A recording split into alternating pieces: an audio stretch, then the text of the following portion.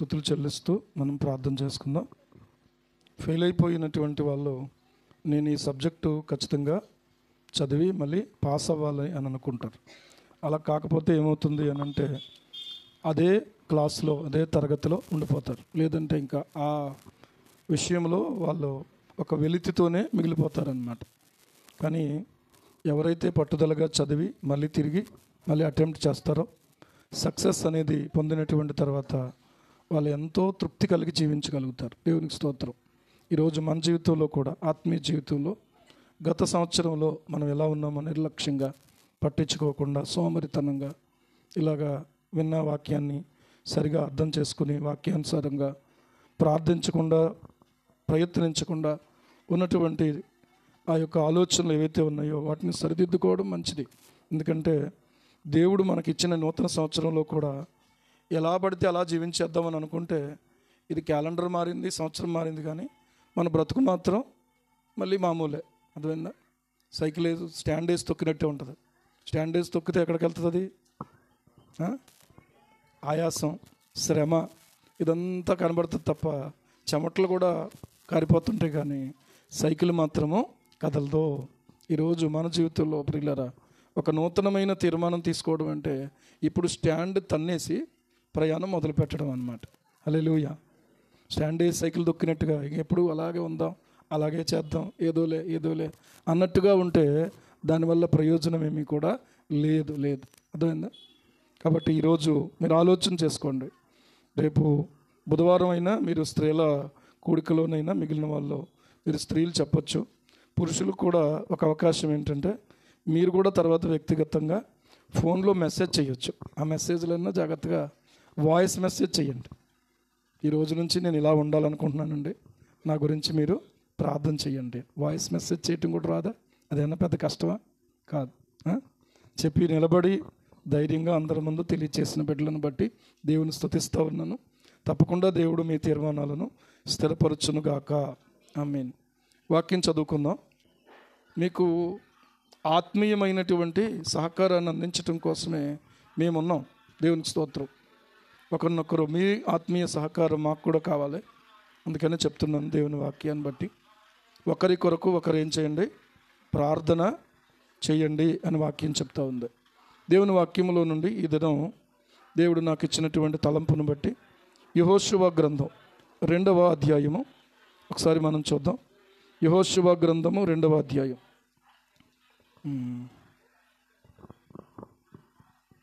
యెహోషువ గ్రంథము 2వ అధ్యాయం మొదటి వచనం నేను చదువుతాను, 2వ వచనం మీరు చదవండి. ఆ రీతిగా మనము ప్రియులారా 6 వచనాలను మనం చదువుదాం.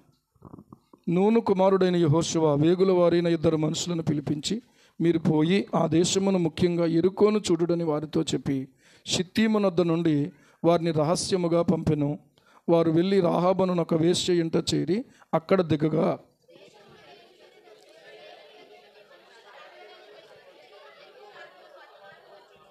అతడు నీ యొద్దకు వచ్చి నీ ఇంట చేరిన ఆ మనుషులను వెలుపలికి తీసుకొని రమ్ము, వారు ఈ దేశమంతటిని వేగు చూచుటకై వచ్చిరని చెప్పుటకు రాహాబు నొద్దకు మనుషులను పంపగా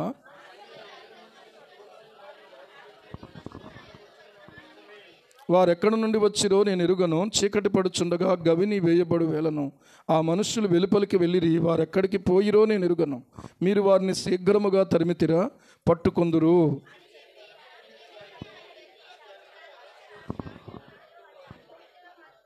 ఆ మనుష్యులు యొర్దాను దాటు రేవుల మార్గముగా వారిని తరిమిరి.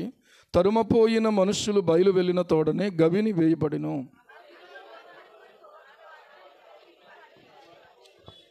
యెహోవా ఈ దేశమును మీకు ఇచ్చుచున్నాడనియు మీ వలన మాకు భయం పుట్టుననియు మీ భయము వలన ఈ దేశ నివాసులందరికీ ధైర్యము చెడుననియో నేను ఎరుగుదును.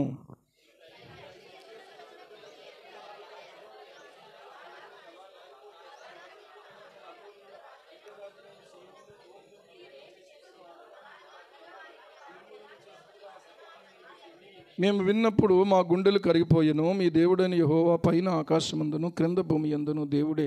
మీ ఎదుట ఎట్టి మనుషులకైనను ధైర్యం ఏమాత్రమో ఉండదు.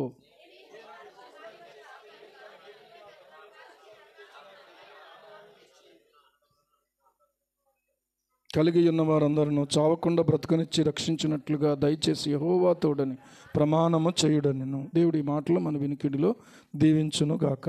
ఆమేన్. ప్రార్థన చేసుకుందాం. పరిశుద్ధుడైన మా తండ్రి, జీవాధిపతి, మహాగణుడా, మహోన్నతుడా, గొప్ప దేవుడా, నీ పరిశుద్ధ నామానికి వందనాలు, స్తుతులు, స్తోత్రాలు చెల్లిస్తున్నాం. నీ బిడ్డలు నిలవబడి వారి తీర్మానాలు, వారు ప్రభువా నీవు వారికి ఇచ్చినటువంటి నాయన ఆలోచనలు తండ్రి మీరు మా ఎదుట ఉంచడం జరిగింది. వారు తీర్మానించుకున్నారు. ఈ తీర్మానంలో కుడికి కానీ ఎడమకు కానీ తొట్టిల్లకుండా స్థిరపరిచి మీరు బలపరచండి తండ్రి. శరీరము ఆరోగ్యము మా ప్రభువా అయా సహకరించినట్లుగా చేయండి. ఆయన కుటుంబంలో ఐక్యత మా ప్రభువా కలిగి జీవించినట్లుగా చేయండి. ఆత్మల రక్షణ కొరకైనటువంటి భారంతో మేమందరం పనిచేయనట్లుగా సహాయం చేయండి. ఒక మాదిరికరమైన జీవితాన్ని మేము జీవించినట్లుగా సహాయం చేయండి. ఈ సమయమందు మా ప్రభువా మా ప్రియ బిడ్డలందరినీ కూడా పేరు పేరున మీరు దీవించమని ప్రార్థన చేస్తున్నాం. ఈ సమయంలో ఈ వాక్య భాగాన్ని దీవించండి. ఈ వాక్యములో నుండి మాతో కూడా మీరు మాట్లాడండి. యేసు ప్రభు నామములో ప్రార్థిస్తున్నాం మా పరమ తండ్రి. ఆమేన్, ఆమేన్. ప్రియులారా, ఈ యెహోషువ గ్రంథము క్రీస్తుకు పూర్వము 450 సంవత్సరాల క్రితము వ్రాయబడింది. ఈ యెహోషువ గ్రంథాన్ని యెహోషువయే రాసినట్టుగా ఈ యొక్క అధ్యాయాలలో యెహోషువ గ్రంథములో ఉన్నటువంటి కొన్ని వచనాలు బట్టి బైబిల్ పండితులు నిర్ణయించడం జరిగింది. దీనిని పరిశుద్ధ గ్రంథములో కూర్చటంలో, పాత నిబంధనలో ధర్మశాస్త్రం తర్వాత ఈ గ్రంథాన్ని ఉంచడంలో, అంటే ద్వితీయోపదేశకాండం వరకు ఆదికాండం, నిర్గమాకాండం, లేవీయకాండం, సంఖ్యాకాండం, ద్వితీయోపదేశకాండం, ఇదంతా ధర్మశాస్త్రం అన్నమాట. ఈ ధర్మశాస్త్రం తర్వాత ఈ గ్రంథాన్ని ఉంచడానికి కారణం ఎవరు అనంటే బైబిల్ పండితులు చెప్పింది ఎజ్రా భక్తుడంట. దేవునికి స్తోత్రం. ఎజ్రాయే ఈ యొక్క గ్రంథాన్ని ధర్మశాస్త్రం తర్వాత ఉంచినట్టుగా ఒక బైబిల్ పండితులు చెప్పడం జరిగింది. సరే, మొత్తానికి ఏది ఏమైనా ఈ గ్రంథానికి యెహోషువ పేరు పెట్టాడు దేవుడు. హల్లెలూయా. యెహోషువ ఒక అద్భుతమైనటువంటి వ్యక్తి. యెహోషువ అంటే అర్థం ఏంటంటే యెహోవా రక్షించును అని అర్థం. ఎవరో యెహోవా రక్షించును. బైబిల్లో చూస్తే రక్షణ దేవుని అధీనమట. దేవుడు మాత్రమే మనుషులను రక్షించగలడు. బైబిల్ గ్రంథంలో మనం గమనించినట్లయితే మత్తయి సువార్త 1వ అధ్యాయము 21వ వచనం మనం చదివితే అక్కడ రాయబడింది, ఆయన తన ప్రజలను వారి పాపముల నుండి రక్షించును గనుక ఆయనకు యేసు అను పేరు పెట్టుదువు అన్నాడు. కాబట్టి దేవుడే రక్షించేవాడు. దేవుడే మన యొక్క పాపముల నుండి మనల్ని విడిపించేవాడు, క్షమించుటకు అధికారము కలిగినటువంటి వాడు. మన పాపముల నిమిత్తము శిలువ మీద రక్తం కార్చి మరణించి తిరిగి లేచి మృత్యుంజయుడుగా ప్రియులారా తాను రుజువు చేసుకున్నటువంటి యేసుక్రీస్తు ప్రభువు మాత్రమే మానవుని పాపముల నుండి మానవుని క్షమించగలడు, విడిపించగలడు. పాపమును క్షమించగలడు, విడిపించగలడు. ఈరోజు మనం కొన్ని మానాలి అని నిర్ణయించుకుంటే ఆ మానడం అనేది ఆయన ద్వారానే సాధ్యపడుతుంది. దేవునికి స్తోత్రం. మానడం అనేది ఒకప్పుడు నా నోటి నుండి కూడా అనేక రకాలైనటువంటి అపవిత్రపు మాటలు వచ్చాయి. కానీ దేవుని సన్నిధిలో ప్రార్థన చేసుకున్నాను. ఎందుకంటే దేవుని బిడ్డలు ఎలా ఉండాలో మనకు తెలుసు కదా. ప్రార్థన చేసుకున్నాను. ఏమైనా ప్రార్థన చేసి ఇలాంటి మాటలు నా నోటి రాకూడదు. ఇంకా చెప్పాలంటే విగ్రహారాధన సంబంధమైన శ్లోకాలు, పాటలు, మంత్రాలు ఆ యొక్క పాటలు అక్కడ మైక్లో వినబడగానే తక్కువని నా నోట్లో వచ్చేసేది మాట. అన్నప్పుడు నేను ప్రార్థన చేసుకున్నాను. ఏమనంటే ప్రభువా ఈ పాటలు కానీ ఈ బూతులు లేకపోతే ఈ అపవిత్రమైన మాటలు కానీ నా నోట రాకుండా సహాయం చేయనైనా అని ప్రార్థన చేస్తే అవన్నీ తీసేసాడు దేవుడు. తన మాటలు తన పాటలు పెట్టాడు నా నోట. హల్లెలూయా. కాబట్టి ఇది ఎవరికి సాధ్యము? దేవునికి సాధ్యం. కాబట్టి ఈరోజు మనం ఆలోచన చేసుకోవాల్సింది ఇంకొకటి ఏంటంటే ఆత్మలను రక్షించడం అనేటువంటి విషయానికి వచ్చినప్పుడు ప్రతి విశ్వాసి కూడా మరికొంతమందిని ప్రభు కొరకు సంపాదించాలి. అలాగైతేనే అతడు నిజమైన విశ్వాసి. తప్పకుండా. ఎందుకంటే ఫలింపని చెట్టు ఏది ఉండదు. ఫలింపని చెట్టు, మంచి ఫలములు ఫలించేటువంటి చెట్టే విశ్వాసం అంటే. కాబట్టి మన ద్వారా మరొకరు రక్షణలోనికి రావడానికి మనం కారణం కావాలి. కానీ మరొకరు లోకంలోకి వెళ్ళిపోవడానికి మాత్రం మనం కారణం కాకూడదని మనసారా ప్రార్థన చేసుకోవాలి. మనం ఈరోజు మన జీవితంలో ఈ నూతన సంవత్సరంలో ప్రభు నా ద్వారా ఒక సహోదరుడు చెప్తున్నాడు, ఒక యవనస్తుడు, నన్ను గురించి నా సాక్ష్యం వినండి, నన్ను చూసి కొంతమంది మారిపోయారండి అన్నాడు. దేవునికి స్తోత్రం. కొంతమంది దేవుని యొక్క మహిమను, దేవుని శక్తిని, దేవుని యొక్క ప్రేమను తెలుసుకున్నారండి. ఈరోజు వాళ్ళు మిమ్మల్ని చూసి మేము మారేమండి అని చెప్తున్నారు. అంటే ఎంతటి ప్రభావము ఇతర మనుషుల మీద ఒక విశ్వాసిని బట్టి ఉంటుందో ఆలోచన చేసుకోండి కదా. ఎంత అద్భుతమైన విషయం ఇది. తను అలా చెప్తుంటే నాకు అనిపించింది, నాకెంతో సంతోషం అనిపించింది. ఒక ఆత్మ రక్షించబడితే ఎంత సంతోషమో, అతని ద్వారా మరొకరు దేవుని మందిరానికి వస్తే, అతని ద్వారా మరొకళ్ళు రక్షించబడితే, మరొక కుటుంబం దేవుని యొద్దకు వస్తే అదే సంతోషం. చాలా సంతోషమైన విషయం. సరే, యెహోవా రక్షించును, దేవుడే రక్షించేవాడు, ఆయన తప్ప మనల్ని ఎవరు కూడా రక్షించలేరు. అందుకని ఆయన తప్ప వేరొక రక్షకుడు లేడు, నీతిపరుడుగు దేవుడు లేడు అని బైబిల్ చెప్తా ఉంది. హల్లెలూయా.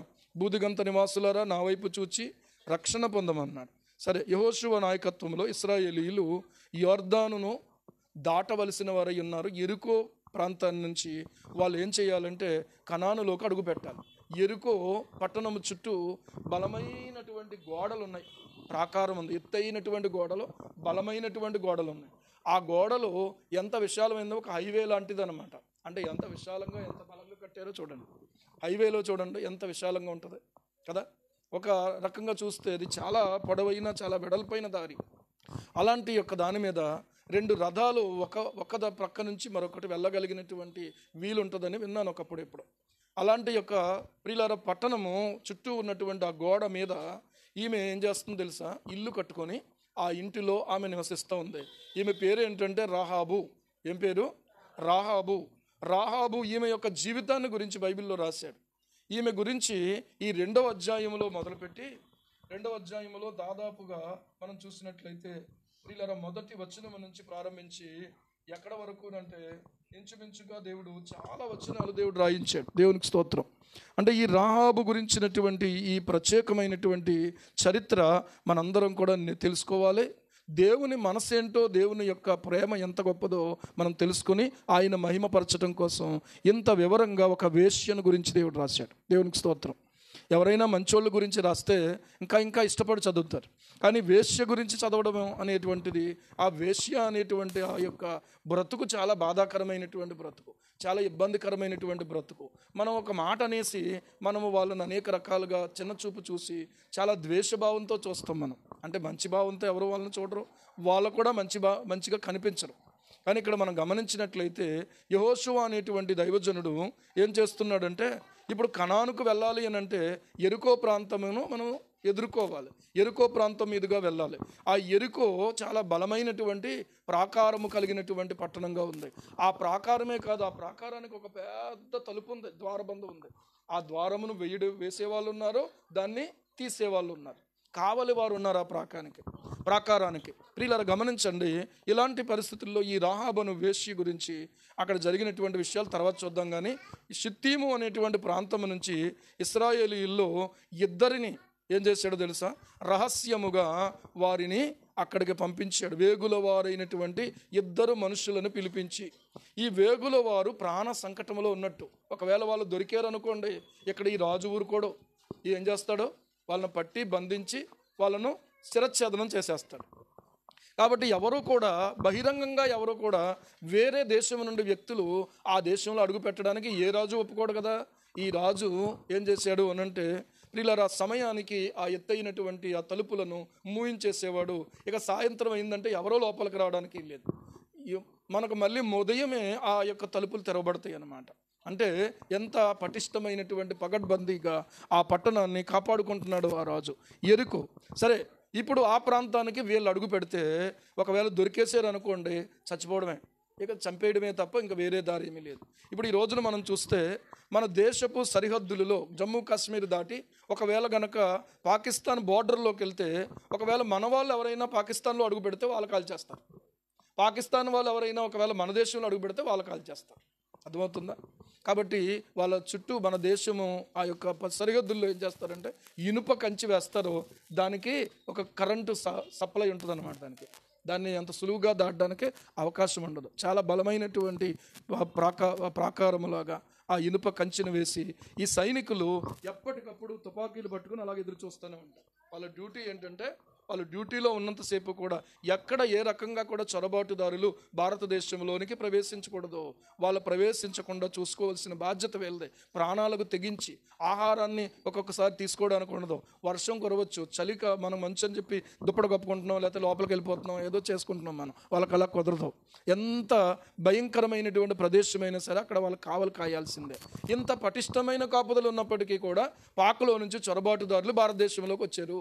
లేకపోతే భారతదేశంలో నుండి కొంతమంది ఇలాగా పాకిస్తాన్లోకి వెళ్తున్నటువంటి సమయంలో మన సైనికుల్ని వాళ్ళు దాడి చేసి వాళ్ళు కాల్చేశారు. ఇటువంటి వార్తలు మనం వింటూ ఉంటున్నాం కదా. కానీ ఇక్కడ గమనించండి, ఈ యెరికో పట్టణానికి చాలా పగడ్బందీగా పహారా నియమించడం జరిగింది. ఎంత పహారా నియమించాడు అనంటే, గూఢచారులు ఉన్నారు. ఒకవేళ ఎవరైనా ఇతర వ్యక్తులు దేశంలో అడుగు పెడితే వెంటనే ఆ సమాచారం, ఇప్పుడుగా ఫోన్లు లేవు కదా, ఇప్పుడున్న నెట్వర్క్లు లేవు కదా, ఇప్పుడు ఏంటంటే వెంటనే ఫోటో తీయడం, ఆ ఫోటోని వాట్సాప్లో పంపించేయటం లేదా ఫేస్బుక్లో పెట్టేయటం. ఏమవుతుంది, త్వరగా ఏ వార్త అయినా, ఏ వ్యక్తి గురించి అయినా, ఏ సమాచారం, ఎక్కడో పిల్లల్ని తీసుకుని వెళ్ళిపోయేటువంటి వాళ్ళని పట్టుకున్నారు. మీరు ఎక్కడి నుంచి వచ్చారు అంటే వాళ్ళు ఏదో భాష మాట్లాడుతున్నారు, ఇదిగో ఇలా ఉన్నారు, ఇదిగో ఈ ప్రాంతంలో తిరుగుతున్నారు, దయచేసి మీ పిల్లలందరినీ భద్రపరచుకోండి అని చెప్పి దాని గురించిన సమాచారం ఒక చిన్న షార్ట్ వీడియో చేసి పెట్టేటప్పటికల్లా, పిల్లలు అనేటప్పటికల్లా వాళ్ళని కాపాడుకోవడం దగ్గరికి వచ్చేటప్పటికల్లా ప్రతి తల్లిదండ్రికి కూడా ఒక భారం ఉంటుంది. వెంటనే షేర్ చేసేసుకోవడం. ఆ తర్వాత ఇదిగో సామలకోటలో పట్టుకున్నారంట, పిల్లల్ని తీసుకుని వెళ్ళిపోయే వాళ్ళని అన్నారు. సరే ఓకే, అది సామలకోటలోనే ఉంటారు వాళ్ళు, ఇక్కడ పట్టుకుంటే ఇక్కడ తప్పించుకుని మళ్ళీ వేరే చోటుకి వెళ్ళిపోవచ్చు. కాబట్టి వాళ్ళ స్థావరాలు మారుతూ ఉంటాయి, వాళ్ళ క్రియలు మారుతూ ఉంటాయి, కానీ వ్యక్తులు మాత్రం వాళ్ళు. కాబట్టి ఇలాంటి పరిస్థితుల్లో మీ పిల్లల్ని భద్రం చేసుకోండి అన్నట్టుగా. అలాగా ఒక గూఢచారి వ్యవస్థ ప్రతి దేశానికి ఉంటుంది. ఏ దేశపు రహస్యాలు తెలుసుకోవడానికి ఎవరైనా ఒకవేళ ప్రయత్నం చేస్తే వాళ్ళు నేరస్తులుగా పరిగణించబడతారు, వాళ్ళ దేశ ద్రోహులుగా పరిగణించబడతారు. కానీ ఇక్కడ ఉన్నటువంటి విషయం చూస్తే, వేగుల వారైనటువంటి ఇద్దరు మనుషులు ఏం చేశారంటే, ఆ దేశాన్ని వేగు చూడడం కోసం యెరికోను చూడడానికి వారు యెరికో ప్రాంతానికి వెళ్ళినటువంటి సమయంలో ఈ మొట్టమొదట వాళ్ళకి ఎదురయ్యే ఇల్లు ఏంటంటే రాహాబను వేశ్య యొక్క ఇల్లే. ఆ వేశ్య ఇంటికి వాళ్ళు చేరారు, అక్కడ వారు దిగారు. అంటే దిగినటువంటి తర్వాత వెంటనే ఈమెకు సమాచారం వచ్చేసింది, మనుషులు వచ్చేసారు. ఏమని అంటే, నీ యొద్దకు దేశమును వేగు చూడడానికి ఇశ్రాయేలు యొద్ద నుండి మనుషులు రాత్రి వేళ ఎక్కడికి వచ్చారని యెరికో రాజునకు వర్తమానం వచ్చింది. కాబట్టి అతడు నీ యొద్దకు వచ్చి నీ ఇంట చేరిన ఆ మనుషులను వెలుపలికి తీసుకుని రమ్ము, వారు ఈ దేశమంతటిని వేగు చూచుటకై వచ్చిరని చెప్పుటకు రాహాబు నొద్దకు మనుషులను పంపెను. రాజుకు వర్తమానం వచ్చింది. రాజు ఏం చేశాడంటే మనుషులను పంపించాడు. ఎక్కడికి పంపించాడు? రాహాబును వేశ్య దగ్గరికి. ఈ వేశ్య దగ్గరికి దిగిన మాట నిజమే, కానీ ఆమె ఏం చేసిందంటే ఆ స్త్రీ ఆ ఇద్దరు మనుషులను కూడా ప్రియులారా తోడుకొని వాళ్ళు ఏం చేసింది తెలుసా? దాచిపెట్టిందట. హల్లెలూయా. వాళ్ళు ఏం చేసింది? దాచిపెట్టింది. తర్వాత మనుషులు నా యుద్ధకు వచ్చారన్నమాట నిజమే, కానీ వాళ్ళు ఎక్కడి నుంచి వచ్చారో మాత్రం నేను ఎరగను. కానీ చీకటి పడుతున్నప్పుడు గవిని వేయబడిపోతుంది కదా, ఆ వేళకు ఆ మనుషులు ఏమైపోయారంటే వెలుపలికి వాళ్ళు వెళ్ళిపోయారు. వారు ఎక్కడికి వెళ్ళిపోయారో నాకు తెలియదు. అర్థమవుతుందా? ఒకవేళ కనుక మీరు ఇప్పుడు వాళ్ళని తరిమేరా, వాళ్ళని మీరు పట్టుకుంటారు అని చెప్పి ఏం చేసింది అనంటే, ఆ మిద్దె మీదకి ఆ ఇద్దరిని ఎక్కించి వారిని జనుప కట్టెలో వారిని దాచిపెట్టేసిందట. అంటే జనుము కట్టెలు ఉంటాయి కదా, మీకు ఇంతకుముందు తెలుసో తెలియదో కానీ మన ప్రాంతాల్లో జనుము ఉండేది. ఆ జనుము ఏంటంటే వాటిని తుడుచుకోవడానికి ఉపయోగించేవారు. అర్థమవుతుందా? కళ్ళాలు తొడవడానికి వాటిని ఉపయోగించేవారు. అంటే పెద్ద ఇంతంత మొక్కలు, నా ఎత్తు మొక్కలుగా ఉంటాయి, అవి ఇలా చిన్న కొమ్మల్లాగా ఉంటాయి. వాటిని తీసేసి వాటిని ప్రియులారా కట్టుకొని వాటిని ఉపయోగించుకునేవారు. అలాంటిది ఒక కట్టలో వీళ్ళని దాచిపెట్టేస్తే కనబడతారా? బయటికి కనబడరు. అలాంటి కట్టెలో ఏం చేసిందంటే వారిని దాచిపెట్టేసింది. ఆ మనుషులు యొర్దాను దాటు రేవుల మార్గముగా, ఇప్పుడు ఈమె చెప్పినటువంటి మాట నమ్మి ఎవరైతే మనుషులు ఆమె దగ్గరకు వచ్చారో వాళ్ళు ఏం చేశారంటే ఇదిగో బయటికి వెళ్ళిపోయారంట. ఈ పాటికి వాళ్ళు మనం తరిమి గనక ఒకవేళ పట్టుకుని రాజుగారి దగ్గరికి తీసుకురాగలిగితే మనకు రాజుగారు బహుమానం ఇస్తాడు. దేవుని స్తోత్రం. ఏమిస్తాడో? బహుమానం ఇస్తాడు అని చెప్పి వాళ్ళు తరమడం మొదలుపెట్టారు. మొత్తానికి ఆ ముందు ఎవరైనా మనుషులు ఒకవేళ పరిగెడుతున్నారో ఏంటో తెలియదు, వాళ్ళని చూసి ఏమైందో తెలియదు, కానీ వాళ్ళు చాలా దూరం వాళ్ళని తరుముకుంటూ వెళ్ళిపోయారు. వాళ్ళు వెళ్ళిన వెంటనే ఏమైపోయిందంటే గవిని వేయబడిపోయింది. ఇంకా లోపలికి ఎవరు రావడానికి వీల్లేదు, బయటికి ఎవరు వెళ్ళడానికి వీల్లేదు అనమాట. గవిని వేయబడిపోయింది. ఆ వేగుల వారు ఇక పండుకోవడానికి ప్రియులార సమయం అవుతున్నటువంటి సమయంలో ఆమె ఏం చేసిందంటే మిద్దె మీదకి ఎక్కిందట. ఆ మిద్దె మీదకి ఎక్కి వారితో ఏమంటుందో చూడండి. యెహోవా ఈ దేశమును మీకు ఇస్తున్నాడని నాకు తెలుసు అంటుంది. దేవునికి స్తోత్రం. ఎవరామే? ఒక వేశ్య. ఏమంటుందామే? యెహోవా ఈ దేశమును మీకు ఇస్తున్నాడని మాకు తెలుసు. తర్వాత మీ వలన మాకు భయం పుడుతుంది, మీ వలన ఈ దేశ నివాసులందరికీ కూడా ధైర్యము చెడునని నేను ఎరుగుదును అంటుందామే. నేను ఎరుగుదును అని అంటా ఉంది. మీరు ఐగుప్తు దేశము నుండి వచ్చినప్పుడు మీ దేవుడు ఏ రీతిగా ఎర్ర సముద్రపు నీరును ఎలాగా ఆరిపోచేసాడో, ఎర్ర సముద్రపు నీరుని దేవుడు ఏం చేశాడు? ఆరిపోయేలాగా చేసి ఆరిన నేల మీద ఇశ్రాయేలీయులను నడిపించిన వార్త ఈమె దాకా వచ్చేసింది. దేవునికి స్తోత్రం, హల్లెలూయా. ఈమె ఆ మాటలు నమ్మి ఏమని నిర్ణయానికి వచ్చిందంటే, ఎప్పటికైనా వాళ్ళు ఈ దేశానికి వస్తారో, ఈ దేశానికి వచ్చినప్పుడు నిజముగానే వాళ్ళని ఎవరూ జయించలేరు, మన రాజు కానీ మనకున్నటువంటి ఆయుధ సంపత్తితో కానీ సైనిక సంపత్తితో కానీ వాళ్ళని ఎవరూ జయించలేరు. ఎందుకంటే వారి దేవుడు చాలా గొప్ప దేవుడు, హల్లెలూయా. వారి ఎదుట నిలబడినటువంటి అమోరీయుల రాజులైనటువంటి సీహోను, ఓగు లాంటి బలమైనటువంటి ఎత్తైనటువంటి పరాక్రమము కలిగినటువంటి రాజులు వాళ్ళే ఓడిపోయారు. ఆఫ్టర్ ఆల్ మేమెంత మనమెంత అనేటువంటి ఒక ఆలోచనకు ఆమె రావటం జరిగింది. మేము వినినప్పుడు మా గుండెలు ఏమైపోయినాయి అంటే కరిగిపోయినాయి. మీ దేవుడైన యెహోవా పైన ఆకాశమందును క్రింద భూమి యందును దేవుడే. దేవునికి స్తోత్రం. ఈ విషయం విన్నప్పుడు ఆమె ఒక నిర్ధారణకు వచ్చేసింది. ఏంటా నిర్ధారణ అంటే, నిజానికి మనం పూజించే ఈ దేవతలు కానీ ఈ దేవుళ్ళు అనబడిన వారు కానీ దేవుళ్ళు కాదు, కానీ ఎవరు దేవుడు అనంటే ఇశ్రాయేలీయుల కొరకు ఎర్ర సముద్రాన్ని ఆరిపోచేసాడే ఆయనే దేవుడు, హల్లెలూయా. ఆ దేవుడు పైన ఆకాశమందు దేవుడే, క్రింద భూమి యందు దేవుడే. ఎప్పటికైనా వాళ్ళు మన దేశానికి వస్తారో, ఎప్పటికైనా ఈ దేశాన్ని జయిస్తారో, నేను ఆ దేవుణ్ణి నమ్ముకుంటానని నిర్ణయం తీసుకున్నాను.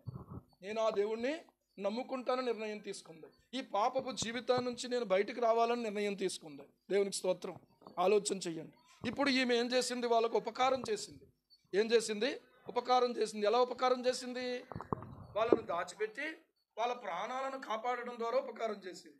ఇప్పుడు ఈమె ఒక ఉపకారం కోరుతుంది. ఒకవేళ వాళ్ళని వెండి అడిగింది అనుకోండి, బంగారం అడిగింది అనుకోండి, ఇంకేదైనా అడిగింది అనుకోండి, లేదా ఇంకొక మీరు వచ్చినప్పుడు ఈ దేశంలో మీరు స్వాధీనపరచుకున్నప్పుడు ఎక్కడైనా నాకు ఒక మంచి ఇల్లు కట్టి పెట్టండి అని అనొచ్చు. చాలా చాలా అవకాశాలు ఉన్నాయి కదా. కానీ ఆమె ఏమడుగుతుంది తెలుసా?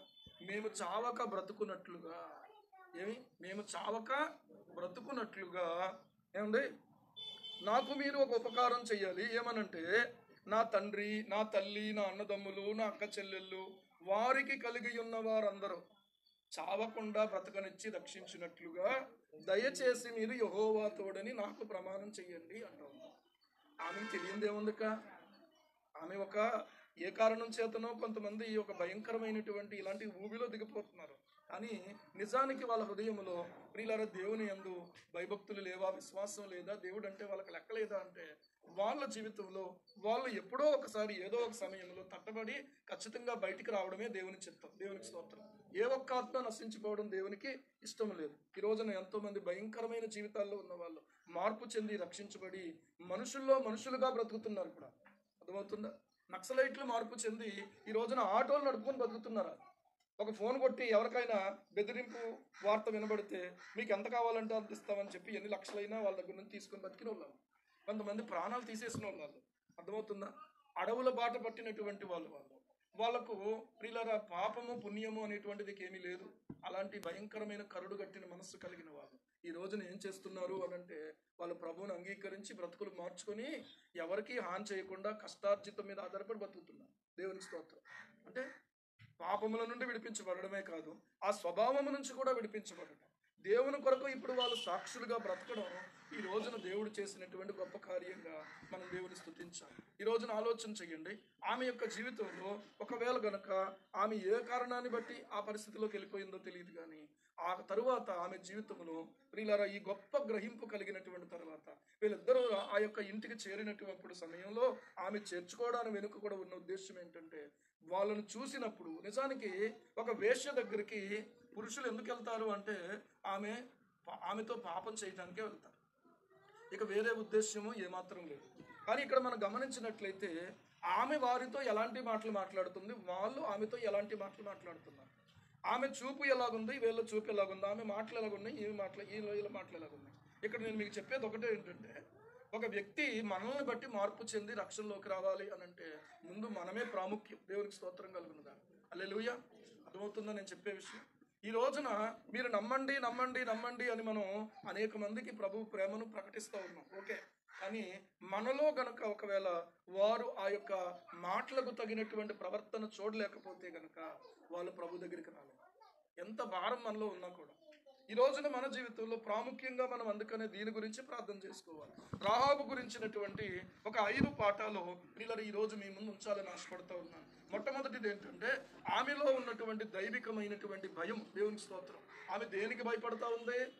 దేనికి భయపడతా ఉంది? దేనికి భయపడట్లేదు, దేవునికే భయపడతా ఉంది. మీరు చూడండి, మీ వలన మాకు భయము పుట్టునని మీ యెహోవా ఈ దేశమును మీకు ఇచ్చుచున్నాడని.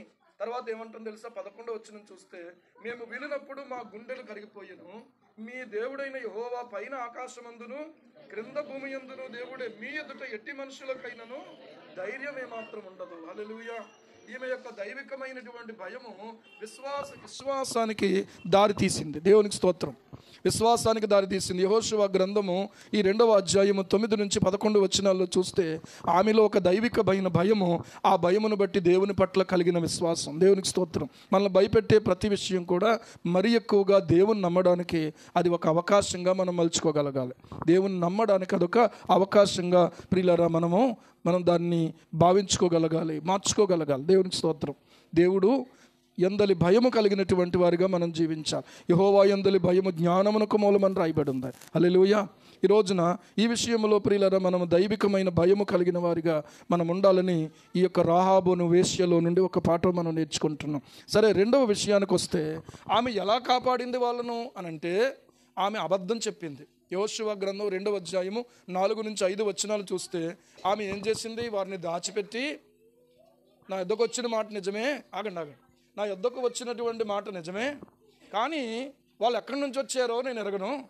3వ విషయం ఏంటంటే, వాళ్ళు వెళ్ళిపోయారు. వాళ్ళు ఏమైపోయారు? వాళ్ళు వెళ్ళిపోయారు.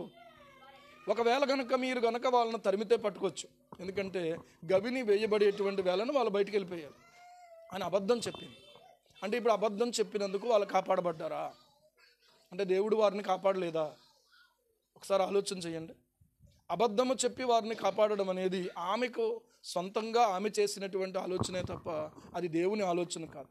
దేవుడు వాళ్ళను కాపాడాలనుకుంటే ఎలాగైనా ఆయన కాపాడుకోగలడు. దేవునికి స్తోత్రం కలుగును గాక. ఆయన వారిని కాపాడడానికి ఒక అబద్ధంతో కాపాడాల్సిన అవసరం లేదు. అర్థమవుతుందా?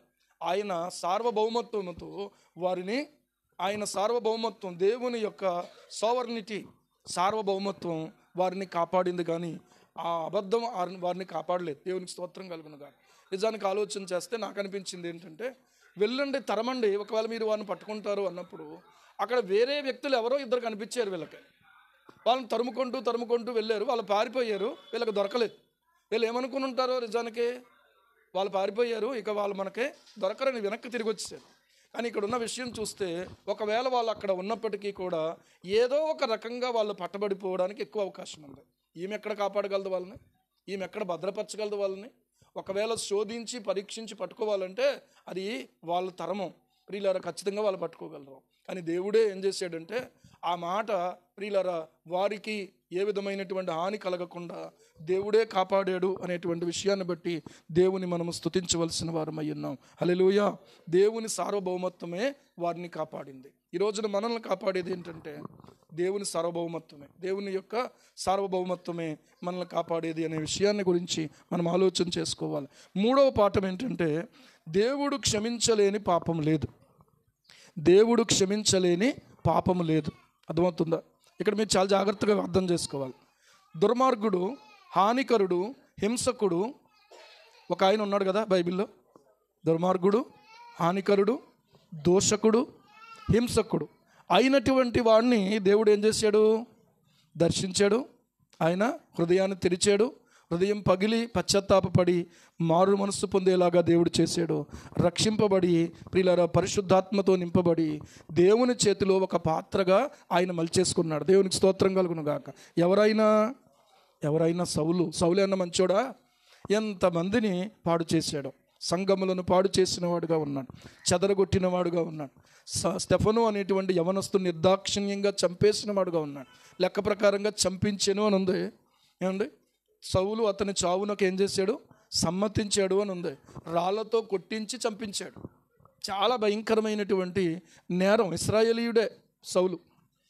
వాక్య ప్రకారంగా చూస్తే ఒక నిరపరాధిని చంపిన పాపం అతని మీద ఉంది. కానీ ఎంత ఘోర పాపినైనా కూడా దేవుడు క్షమించేవాడు అని అనడానికి ప్రియులారా ఏ విధమైనటువంటి అనుమానం లేదు. దేవునికి స్తోత్రం కలుగును గాక. ఎంత ఘోర పాపాత్ములనైనా ప్రేమించునురారే, ఎంత ఘోర పాపాత్ములనైనా ప్రేమించునురారే. ఒకసారి ఆ పాట ప్రేమామృతధారలు చిందిన మన యేసుకు సమమెవరు అనేటువంటి పాట.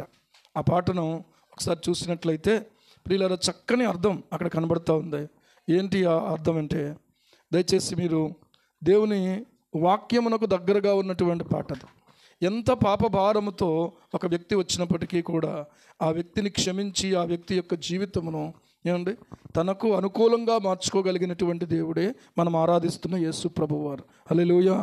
ఏమండి ఈరోజు మన జీవితంలో మన బ్రతుకుల్లో మనం ఆలోచన చేసుకున్నట్లయితే ప్రియులారా, ఎంత ఘోర పాపాత్ములనైనా ప్రేమించేటువంటి వాడు, క్షమించేటువంటి వాడు, ఆయన మళ్ళీ తిరిగి నూతనమైనటువంటి జీవితాన్ని ఆయన అనుగ్రహించేటువంటి వాడుగా ఉన్నాడు.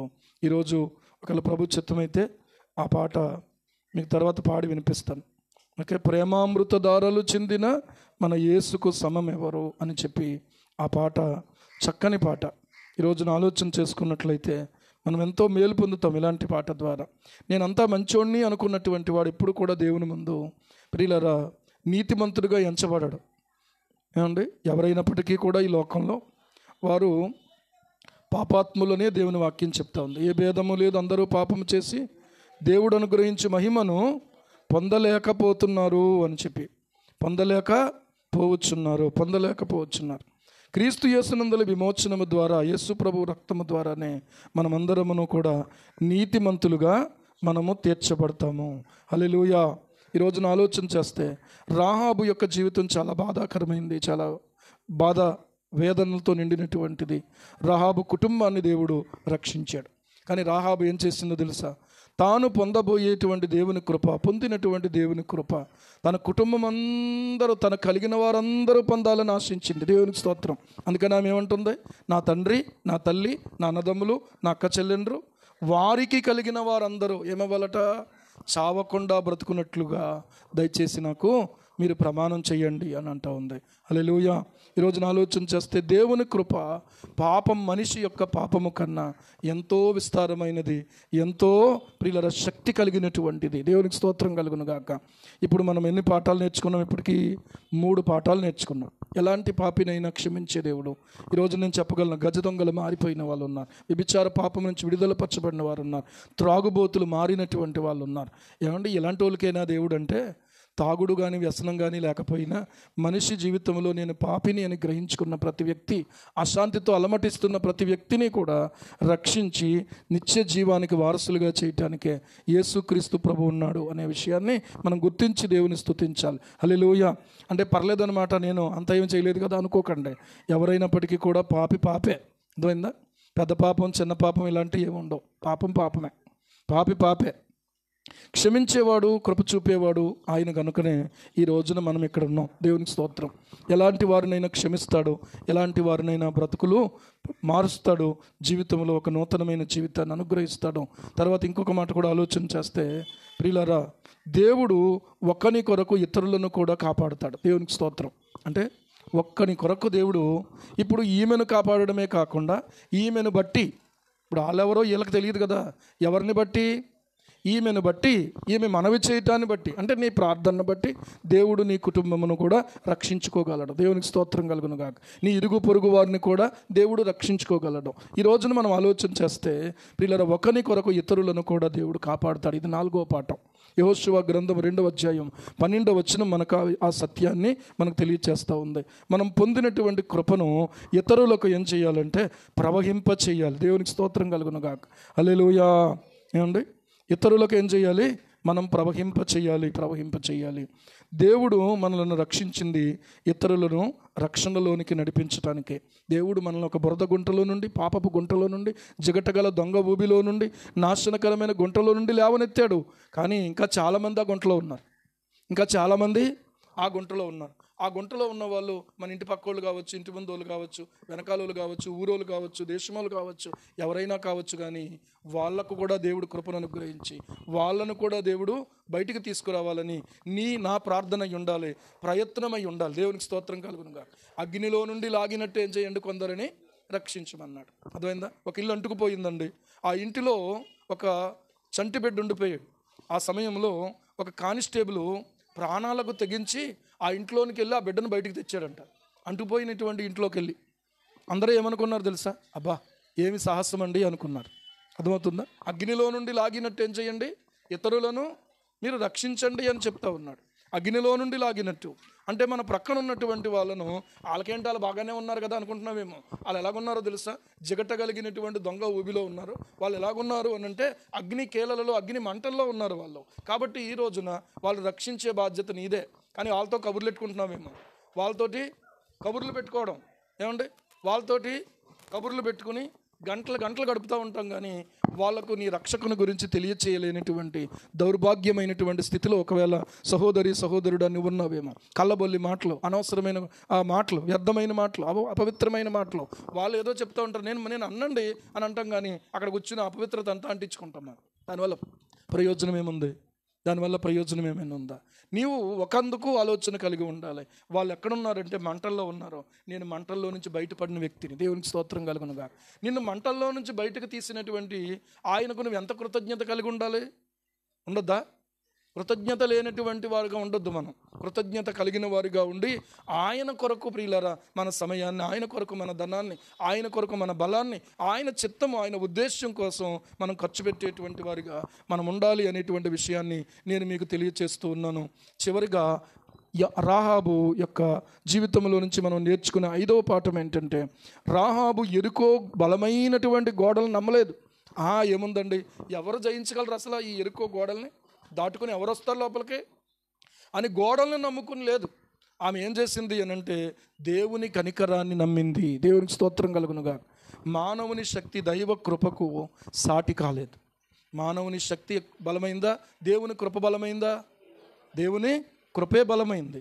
ఆ కృపను మనము ఆశ్రయించి ఆ కృప మీద ఆధారపడేటువంటి వాళ్ళం కావాలి. కీర్తనల గ్రంథంలో మనం చూసినప్పుడు ప్రియులారా ఒక మాట రాయబడుతూ ఉంది. కీర్తనల గ్రంథము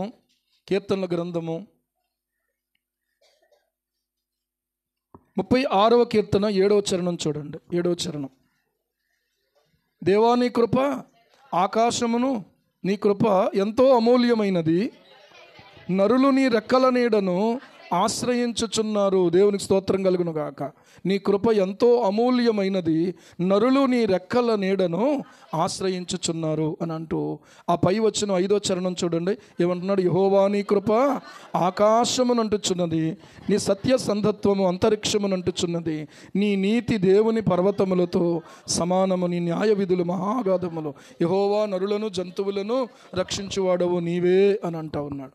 నరులను జంతువులను రక్షించువాడవు నీవే, నీవే, నీవే. నరులను రక్షించేవాడు. నీ కృప ఎంతో అమూల్యమైనది. ఏమండి, అమూల్యమైనటువంటి కృప దేవుడు మనకిచ్చి ఆయన మనల్ని రక్షించుకుంటున్నాడు. ఆయన రెక్కల నీడను మనం ఏం చేయాలంటే ఆశ్రయించి ఉండాలి. ఆయనతో సహవాసంలో ఉండాలి.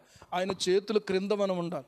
ఒక వ్యక్తి హెచ్చించబడాలన్న ఆశ కలిగినటువంటి విశ్వాసి ఏం చేయాలో వాక్యంలో ప్రభు చెప్పాడు. పేతురు రాసినటువంటి మొదటి పత్రిక 5వ అధ్యాయము 6వ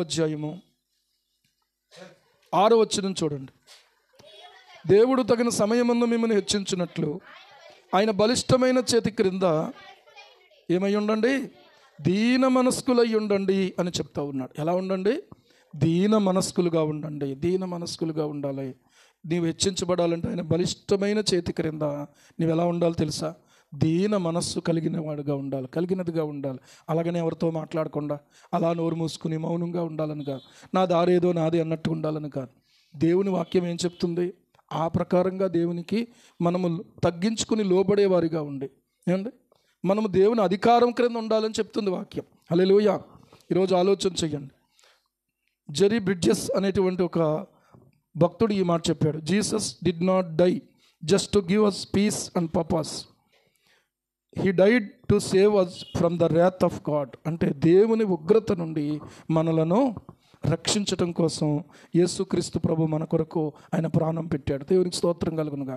ఇక వేరే మార్గం లేదు మనకి. యేసుక్రీస్తు ప్రభువు కార్చినటువంటి పరిశుద్ధ రక్తం మాత్రమే మనకున్న ఒకే ఒక్క ఆశ్రయము, మార్గము దేవుని ఉగ్రత నుంచి తప్పించుకోవడానికి.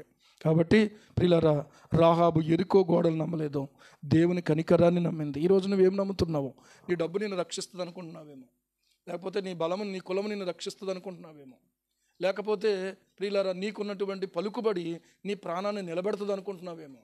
ఏమనుకుంటున్నావు? ఎవరు తప్పించగలరు పాతాళము నుంచి మనుషుల్ని?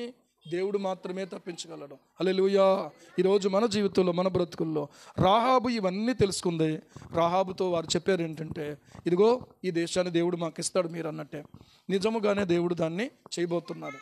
మేము వచ్చినప్పుడు మేము నీ ఇంటిని గుర్తుపట్టున్నట్లుగా నువ్వేం చేస్తావంటే, నీ ఇంటికి ఈ ప్రాకారం మీద నుంచి ఒక ఎర్రని నూలు దారాన్ని కట్టమన్నారు. ఏం కట్టాలి? ఎర్రని నూలు దారాన్ని కట్టాలి. ఇప్పుడు నువ్వు మాకు ఎంతమంది లిస్ట్ అయితే ఇచ్చావో ఆ లిస్టులో ఉన్న వాళ్ళందరూ ఏం చేయాలంటే, మేము వచ్చినటువంటి సమయానికి వాళ్ళందరూ కూడా ఈ ఎర్రటి దారము కట్టినటువంటి ఇంట్లోకి రావాలి. దేవునికి స్తోత్రం. బయట ఉండకూడదు. బయట ఉన్నట్లయితే వాళ్ళ ప్రాణాలకు మేం బాధ్యులం కాదు. లోపల ఉండి కూడా ఒకవేళ ఏదైనా అపాయం సంభవిస్తే కనుక అప్పుడు వాళ్ళ ప్రాణాలకు మేం బాధ్యులం, ఉత్తరవాదులం. కానీ నీవు మాకు ఇచ్చిన మాటను బట్టి మేము నీకు ఉపకారం చేస్తాం. ఖచ్చితంగా నువ్వు మాకు ఉపకారం చేసావు కాబట్టి. కానీ నువ్వేం చేస్తావంటే, ఈ దారము కట్టి నీ ఇంట్లోనికి నీ తల్లిని, నీ తండ్రిని, అన్నదమ్ములను, అక్క చెల్లెలను, నువ్వు ఎంతమందినైతే వాళ్ళని పిలవాలనుకుంటున్నావో, రక్షించుకోవాలనుకుంటున్నావో వాళ్ళందరినీ కూడా ఇంట్లోకి తీసుకురా. ఆ ఇల్లు ఒక ప్రత్యేకమైన ఇల్లు. ఆ ఇంటి మీద ఏముందో చెప్పండి? ఎర్రని దారం ఉంది. అలాగని ఇల్లు దారం కట్టుకున్నారు కాక. ఎరుపు అనేది ప్రియులారా రక్తానికి సూచన. రక్తము ఎరుపు రంగులో కదా ఉంటుంది. యేసుక్రీస్తు ప్రభు యొక్క రక్తము క్రిందికి నీ ఇంటి వారిని అందరినీ నువ్వు తెచ్చుకోవాలి. బయట ఉన్నారనుకోండి, వాళ్ళ గురించిన బాధ్యత దేవుడు తీసుకోడు. ఇక్కడ ఉన్న విషయం అంతా సీరియస్గా దేవుడు చెప్తున్నాడు. కాబట్టి రాహాబును ఈ వేశ్య ఏం చేసిందంటే, తన ఇంటి వారందరినీ పిలుచుకుంది. తన ఇంట్లో ఉన్నటువంటి వారందరినీ కూడా, ఇశ్రాయేలీయులు వచ్చారు. ఆ ఇల్లు, ఇదిగో ఏ ఇంటికైతే ఎర్రని దారం కట్టుందో ఆ ఇంటిలో ఉన్న వారందరినీ ముందు మీరు బయటకు తీసుకురండి అని యెహోషువ చెప్పాడు. దేవునికి స్తోత్రం కలుగునుగా. ఇంకొక మాట చెప్తాను ఏంటంటే, రాహాబు తన యొక్క వేశ్య వృత్తిని విడిచిపెట్టి, తన యొక్క బ్రతుకును మార్చుకొని, తన పాపాన్ని విడిచిపెట్టి ఇశ్రాయేలీయురాలుగా మిగిలిపోయింది ఆమె. దేవునికి స్తోత్రం. ఇంకొక మాట చెప్తాను, రాహాబును సల్మాను అనేటువంటి ఇశ్రాయేలీయుడు పెళ్లి చేసుకున్నాడు. అందుకే ఇలాంటి వాళ్ళకి పెళ్ళవుద్దా? అవుద్ది. ఇప్పుడు నేను అయింది గురించి చెప్తున్నాను మీకు. రాహాబుకు ఇప్పుడు ఒక భర్త దొరికాడు. ఎవరా ఆయన? సల్మాను. ఏమండి, ఆమె పేరు ఎక్కడికి వచ్చిందో చూడండి. మత్తయి సువార్త 1వ అధ్యాయము. అబ్రహాము కుమారుడైన, దావీదు కుమారుడైన యేసుక్రీస్తు యొక్క వంశావళిలోనికి ఆమె పేరు వచ్చింది. ఎంత ఆశ్చర్యమో నిజంగా ఆలోచిస్తే. ఏమండి, 5వ వచనం చూడండి. నయస్సోను సల్మానును కనెను, సల్మాను రాహాబునందు బోయజును కనెను. హల్లెలూయా. బోయజు రూతునందు ఓబేదును కనెను, ఓబేదు యెషయ్యను కనెను, యెషయి రాజైన దావీదును కనెను అని అన్న రాయబడతాం. చూసారా ఎక్కడికి వచ్చిందామే? దావీదు యొక్క పూర్వీకురాలు అయిపోయింది. యోధా రాజు అయినటువంటి దావీదు యొక్క, ఇశ్రాయేలు రాజు అయినటువంటి దావీదు యొక్క పూర్వీకురాలు అయిపోయింది. అంటే ఇప్పుడు ఆమె ఎక్కడికి వచ్చింది అని అంటే, యేసు ప్రభు యొక్క వంశావళిలోనికి వచ్చింది. ఎక్కడ లెక్కలేని మనిషిని తీసుకొచ్చి దేవుడు తన లెక్కలోకి చేర్చుకున్నాడు. దేవునికి స్తోత్రం కలుగునుగా. అంతకుముందు వరకు లెక్కలో లేదా ఆమె? అసలు మనిషిగానే ఎవరు చూడరు, ఎవరు పట్టించుకోరు. ఆమె వస్త్రధారణ వేరు, ఆమె మాటలు వేరు, ఆమె చూపులు వేరు, ఆమె ఆలోచన వేరు. ఎంతసేపు డబ్బులు సంపాదించుకోవడం, జీవితం నాశనం చేసుకోవడమే వాళ్ళ బ్రతుకు. కానీ వాళ్ళ అంతరంగంలో దేవుడు కార్యం చేసి వాళ్ళ హృదయాన్ని దేవుడు తెరిస్తే ఎలాంటి వ్యక్తి అయినా రక్షించబడతాడు అనడానికి ఈ రాహాబు యొక్క జీవితం మన ముందు ఉంచబడింది. కనుక ఇలాంటి వాళ్ళను చూసినప్పుడు ప్రియులారా, అలాంటి వాళ్ళకు కూడా నువ్వు వెలుగ్గా ఉండాలని దేవుడు నిన్ను భూమి మీద ప్రత్యేకించుకున్నాడనే విషయం గుర్తించుకోవాలి. దేవునికి స్తోత్రం కలుగునుగా. వాళ్ళని అసహించుకోవడం, వాళ్ళను తక్కువగా మాట్లాడటం, ఇలాంటివి ట్రాన్స్జెండర్స్ ఉంటారు. అంటే ఇజ్రాయెల్ వీళ్ళు కదా, వాళ్ళు ఒకవేళ వింతగా కనబడొచ్చు మనకి. ఒకవేళ వాళ్ళు ఎంత అడిగినా వాళ్ళు 100లో 1000 అడగరు. ఎంత అడుగుతారు మనల్ని? ఒక 10 రూపాయలు ఇవ్వన్నాయి అంటారు కదా. ఒక 10 రూపాయలు ఈ తమ్ముడు, లేకపోతే ఒక 10 రూపాయలు ఇవ్వమ్మా అంటారు. ఆడవాళ్ళను మాత్రం వాళ్ళు టచ్ చేయరు. మగవాళ్ళనే వాళ్ళు ఏం చేస్తారంటే అడుగుతారు. ఎందుకంటే వాళ్ళ దృష్టిలో వీళ్ళ మగవాళ్ళు సంపాదన చేస్తారు, ఆడవాళ్ళు అంత సంపాదన పనులు కాదనో మొత్తానికి ఏదో వాళ్ళు ఆలోచన చేస్తే వాళ్ళు అదే. కానీ కొంతమంది ఇంతకు మునుపు ఇదే వృత్తిలో వాళ్ళు బతికారంట. కానీ ఇప్పుడు వాళ్ళల్లో నుంచి డిగ్రీలు చదివిన వాళ్ళు ఉన్నారు, ఉద్యోగాలు చేస్తున్న వాళ్ళు ఉన్నారు. వాళ్ళకు కూడా ఈ రోజున మంచి మంచి స్థానాలు దేవుడు అనుగ్రహిస్తూ ఉన్నాడు. దేవుడికి స్తోత్రం కలుగునుగా. వాళ్ళ గురించి కూడా మనం ప్రార్థన చేయాలి. ఒక సమాజంలో అట్టడుగున జీవిస్తున్నటువంటి వాళ్ళు. ఒకసారి నేను విన్నాను, దైవజనులు కొంతమంది చెప్పారు ఏంటంటే, ఊటీ ప్రాంతంలో ఒక పెద్ద బైబిలు సెమినార్ ఏదో జరిగిందట. కొంతమంది దైవ సేవకులందరూ కలిసి ఆ ప్రాంతంలో కలుసుకున్నటువంటి సమయంలో ఒక్కొక్కళ్ళు వాళ్ళ ఎక్కడ సేవ చేస్తున్నారో, ఎక్కడ వాళ్ళు ఆత్మల సంపాదన కొరకు పనిచేస్తున్నారో వాళ్ళు చెప్తున్నారట. చెప్తున్న సమయంలో ఒక తండ్రి ఒక కూతురు, జాగ్రత్తగా వినండి, ఒక తండ్రి ఒక కూతురు వాళ్ళ కన్నీళ్లతో నిలవబడి మా పరిచర్య వేశ్యల మధ్యలో పరిచర్య జరుగుతుందని చెప్పారట. ఎలాగా అంటే ఎంతోమంది జీవితాల్లో ఈ వేశ్యలుగా వాళ్ళ చిన్న వయసులో వాళ్ళ జీవితాల్లో ఎక్కడో ఒక చోట ఏదో ఒక రీతిని పొరపాటుగా అందులోకి వెళ్ళిపోయినటువంటి వాళ్ళ ఆత్మలు కూడా ప్రభుకు కావాలి. వాళ్ళ కొరకు ప్రభు రక్తం కార్చాడు కదా, వాళ్ళ కోసం కూడా, మంచి వాళ్ళ కోసం కాదు కదా, వాళ్ళ కోసం కూడా రక్తం కార్చాడు కదా ప్రభు. కాబట్టి మేము వారి కొరకు కన్నీళ్లు కార్చి మేము పనిచేస్తూ ఉన్నాం. కొన్ని ప్రాంతాల్లో దేవదాసీలు అని ఉంటారట. అంటే వాళ్ళ జీవితం ఇంకా ఆ దేవతకే వాళ్ళు అంకితం అయిపోయి ఉండాలన్నమాట. కానీ ఆ ఊరిలో ఉన్నటువంటి మనుషులందరూ కూడా ఆమెను వాడుకుంటూ ఉంటారు, ఆమెతో ప్రియులారా శయనిస్తూ ఉంటారు. చాలా భయంకరంగా ఉంటుంది ఆమె జీవితం. ఈ రోజున ఇలాంటి వాళ్ళు ఎవరెవరైతే ఉన్నారు అలాంటి ప్రజల దగ్గరికి వెళ్ళి, అలాంటి బిడ్డల దగ్గరికి వెళ్ళి, అమ్మ నీ జీవితం అలా ఉండడం దేవుని చిత్తం కాదు, వాళ్ళకు సువార్త చెప్పి వాళ్ళని ప్రభు దగ్గరికి నడిపించే ప్రయత్నాలు జరుగుతూ ఉన్నాయి. హల్లెలూయా. ఈ రోజున ప్రియులారా ఎవరైనా రక్షణకు ఏమండి అతీతం కాదు, ఎవరైనా రక్షింపబడడానికి అవకాశం ఉంది. చిన్నవాళ్ళు అవ్వచ్చు, పెద్దవాళ్ళు అవ్వచ్చు, వేశ్యలు అవ్వచ్చు, మంచి సంసారపు స్త్రీలు అవ్వచ్చు, ఎవరైనా కావచ్చు, దొంగలు అవ్వచ్చు, లేకపోతే అన్యాయస్తులుగా అక్రమకారులుగా లంచగొండులు కావచ్చు, ఎవరైనా కూడా కావచ్చు. వాళ్ళందరినీ రక్షించటానికి దేవుడు ఇష్టపడతా ఉన్నాడు. ఎవ్వరు నశించటం ఆయనకు ఇష్టం లేదు. నువ్వు ఒక మాదిరిగా కనిపిస్తే వాళ్ళు అమ్మా నాకు కూడా ప్రభు కావాలి అని వాళ్ళు పరుగులెత్తుకుని రావాలి దేవుని సన్నిధిలోకి. హల్లెలూయా. ఈ సంపెంగ తోటలో ఉన్నవారు రావాలనుకుంటే ప్రార్థన చేస్తేనే సరిపోదు, మనందరి ప్రవర్తనలు కూడా వాళ్ళని ఆకర్షించే విధంగా ఉండాలి. హల్లెలూయా. మన ప్రార్థనలు ప్రియులారా మాత్రమే సరిపోవు, ప్రార్థనలకు తగిన ప్రవర్తన మనలో కనిపించాలి. కన్నీటికి తగినటువంటి ప్రతిఫలాన్ని మనం పొందబోతున్నామని దేవుడు చెప్పినట్టుగా ఈరోజు మన జీవితాలను చూసి అనేక మంది ప్రభు పాదాల దగ్గరికి రావాలి. మన మాటలో కరపత్రాలు పంచాం, వచ్చిన వాళ్ళు ఎవరైనా ఉన్నారా? అక్కడక్కడ తెలిసింది ఏమండి, కరపత్రాలలో ఉన్నటువంటిది క్రీస్తు గురించి, ఆ క్రీస్తు మన జీవితంలో కనిపిస్తే వాళ్ళు పరిగెత్తుకుని మందిరంలోకి వస్తారు. హల్లెలూయా. ఈ రోజున పరిశుద్ధాత్ముడు అటువంటి కార్యాన్ని ఈ నూతన సంవత్సరంలో మనందరి జీవితాల ద్వారా దేవుడు చేయాలని ప్రార్థన చేద్దాం. ఒక భయంకరమైనటువంటి క్యాబరే డ్యాన్సర్ అంటారు, రికార్డింగ్ డ్యాన్సులు వేస్తూ ఉంటారు వాళ్ళు వేరు. క్యాబరే డ్యాన్సర్ అంటే క్లబ్బుల్లో పబ్బుల్లో వాళ్ళ డ్యాన్సులు వేసి అర్ధనగ్రమైనటువంటి వస్త్రధారంతో చాలా భయంకరంగా జీవించిన ఒక యవనస్తురాల జీవితం. అర్థమైందా? డొరీన్ ఇర్విన్ అనేటువంటి కారు చీకట్లో కాంతిరేఖ అనే పుస్తకం. ఆమె జీవితం చాలా భయంకరమైంది. త్రాగుడు ఆమెకుంది, వ్యసనం ఆమెకుంది, వ్యభిచార పాపములో ఉంది, పడుపు వృత్తిలో ఉంది. చాలా భయంకరంగా అనేక మందితో తన జీవితాన్ని గడుపుతూ ఉన్నటువంటి స్త్రీ దగ్గరికి ఒక సేవకుడు వెళ్ళి సువార్త ప్రకటించాడు.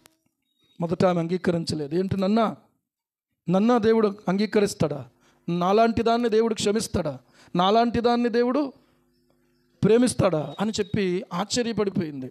ప్రియులారా కొన్నిసార్లు ఏమో ఆయన తృణీకరించింది. ఆయన పట్టుదలతో ప్రార్థన చేశాడు, కన్నీళ్లతో ప్రార్థన చేశాడు, మాటికి ఆమె దగ్గరికి వెళ్ళాడు. ఆమెలో ఉన్నటువంటి దురాత్మలన్నిటిపైన ఆయన యేసుక్రీస్తు ప్రభు నామములో గద్దించాడు. ప్రియులారా జరిగింది ఏంటో తెలుసా? ఒక్కొక్క దురాత్మ బయటికి పోగా ఆమె మళ్ళీ మామూలు మనిషి అయిపోయింది. దేవునికి స్తోత్రం కలుగునుగా. ప్రభువును అంగీకరించి ప్రభు కొరకు ఒక బలమైన సాక్షి అయిపోయింది. డొరీన్ ఇర్విన్ అనేటువంటి ఆమె. కారు చీకట్లో కాంతిరేఖ అనే పుస్తకం చాలా కాలం క్రితం నేను చదివాను, నేను విన్నాను. ఆ దైవ సేవకుడు పేరుని మర్చిపోయాను, కానీ ఆమె జీవితం మాత్రం నాకు బాగా గుర్తుంది. చాలా భయంకరమైనటువంటి జీవితం అన్నమాట. అలాంటి భయంకరమైనటువంటి జీవితం ఒక అద్భుతమైనటువంటి మసిబొగ్గు లాంటి ఆమె జీవితాన్ని మణిపూసలాగా నా యేసయ్య మార్చేశాడు. దేవునికి స్తోత్రం కలుగునుగా. హల్లెలూయా. ఎంత ఆశ్చర్యమో, ఎంత ఆశ్చర్యం. ఎంత పాపినైనా క్షమిస్తాడో. అతని చూపు, అతని మాట, అతని అంతరంగం, అతని జీవితం స్వార్థపూరితంగా కాకుండా నిస్వార్థంగా మార్చేస్తాడు, ప్రయోజనకరంగా మార్చేస్తాడు. ప్రియులారా ఒకందుకే ఈ రోజున క్రైస్తవుడు భూమి మీద ఉన్నది. ఎందుకో తెలుసా? తన కోసం కాదు, తన దేవుని కోసమే ఉన్నాడు. హల్లెలూయా. అందుకని నా జీవితంలో ఎవరేమనుకున్నా, ఎలాంటి పరిస్థితులు ఎదురైనా నా గురి ఏంటంటే నేను నా ప్రభు కోసం ఉన్నాను. నా మట్టుకైతే బ్రతుకుట క్రీస్తే, చావైతే లాభం.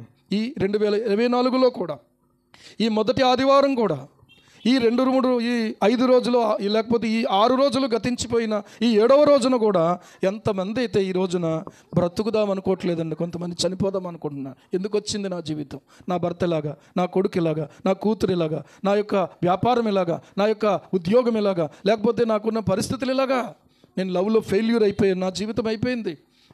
ఆమె నమ్మితే ఆమె నన్ను మోసం చేసింది, ఇతను నమ్మితే ఇతను నన్ను మోసం చేశాడు అనేటువంటి ఆలోచనతో చనిపోవడానికైనా ఆలోచన చేసుకుంటున్నారు. కానీ దేవుని బిడ్డ, ఈరోజు దేవుడు నీతో మాట్లాడుతున్నది ఏంటంటే, నువ్వు నా కోసం బ్రతకడానికే నేను నీకు ఈ 2024 ఇచ్చాను. హల్లెలూయా. నీకు ఒక ఛాన్స్ ఇచ్చాడు ఆయన. రాహాబు తనకు దొరికినటువంటి అవకాశాన్ని ఒకవేళ చేజార విడుచుకుంటే ఆమె కూడా ఎరికో పట్టణస్తులతో పాటు పోయేదే. కానీ జరిగింది ఏంటో తెలుసా? ఆమె జీవితము దేవునికి సమర్పించుకుంది. ఆమె యొక్క జీవితంలో నుండి ఒక అద్భుతమైనటువంటి వ్యక్తి బయటకు వచ్చాడు. ఆయన యేసుక్రీస్తు ప్రభువారు. హల్లెలూయా. ఆయన వంశావళిలోనికి ఆమె చేర్చబడింది. ప్రార్థన చేసుకుందాం ఒక మాట. పనికి రాని పత్రనని పారవేయకుమా, పనికి రాని పత్రనని పారవేయకుమా, పొంగి పొరలు పాత్రగా నన్ను నింపుమా, కుమ్మరి ఓ కుమ్మరి జగదుత్పత్తి దారి,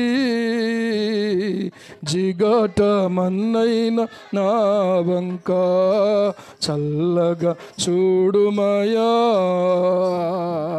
చల్లగా చూడుమయా. ప్రార్థన చేసుకుందాం. ప్రభువా, నీకోసం బ్రతుకుతానయ్యా అన్న వాళ్ళు మీ చేయి పైకెత్తండి. మీకోసం నేను ప్రార్థన చేస్తాను. పరిశుద్ధుడైన తండ్రి, అవునయ్యా, మేము మా కోసం బ్రతకడానికి కాదు, నీ కోసం బ్రతకడానికేనయ్యా. ఇదిగో ఇక్కడ చేయెత్తిన ప్రతి బిడ్డను జ్ఞాపకం చేసుకోండి. మీ ఆత్మతో నింపండి. మీ ఉద్దేశం కోసం బ్రతకడానికే, మీ చిత్తము నెరవేర్చడం కోసం బ్రతకడానికే ప్రభువా, మాకందరికీ మీరు సహాయం చేయండి. నీ నిండైన కృపలను మాకు అనుగ్రహించండి. రాహాబులో మేము నేర్చుకున్న దైవిక భయం ఆమెలో విశ్వాసానికి నడిపించింది నాయన. నీకు స్తోత్రాలు ప్రభువా. ఆమె అబద్ధము వారిని కాపాడలేదు, కానీ నీ సార్వభౌమత్వమే వారిని కాపాడింది నాయన. నీకు స్తోత్రాలు. నీవెంత పాపినైనా క్షమించే దేవుడు. ఈ సత్యాన్ని మేము ఎప్పుడు మర్చిపోకుండా, వాళ్ళని అసహించుకొని వాళ్ళని గురించి ప్రభువా మేము తక్కువగా భావించుకోకుండా, కన్నీళ్లతో ప్రార్థించి ఇటువంటి వారి కొరకు కూడా నా ప్రభువు రక్తం కార్చాడని సత్యాన్ని జ్ఞాపకం అందించుకొని మీ కొరకు భారం కలిగి మేము పని చేయనట్లుగా సహాయం చేయమని ప్రార్థిస్తూ ఉన్నా. రాహాబు ప్రభువా ఎరికో గోడలు నమ్మలేదు, కానీ నీ కనికరమందు ఆమె నమ్మిక ఇచ్చింది. అలాంటి నమ్మిక కలిగి మా జీవితాలు కొనసాగించుకోవడానికి సహాయం చేయండి. నీకు వందనాలు చెల్లిస్తూ ఉన్నాం. నీ కృప మెండుగా ప్రతి బిడ్డ మీద ఉంచమని యేసు ప్రభు నామములో ప్రార్థిస్తున్నాం పరమ తండ్రి. ఆమేన్, ఆమేన్.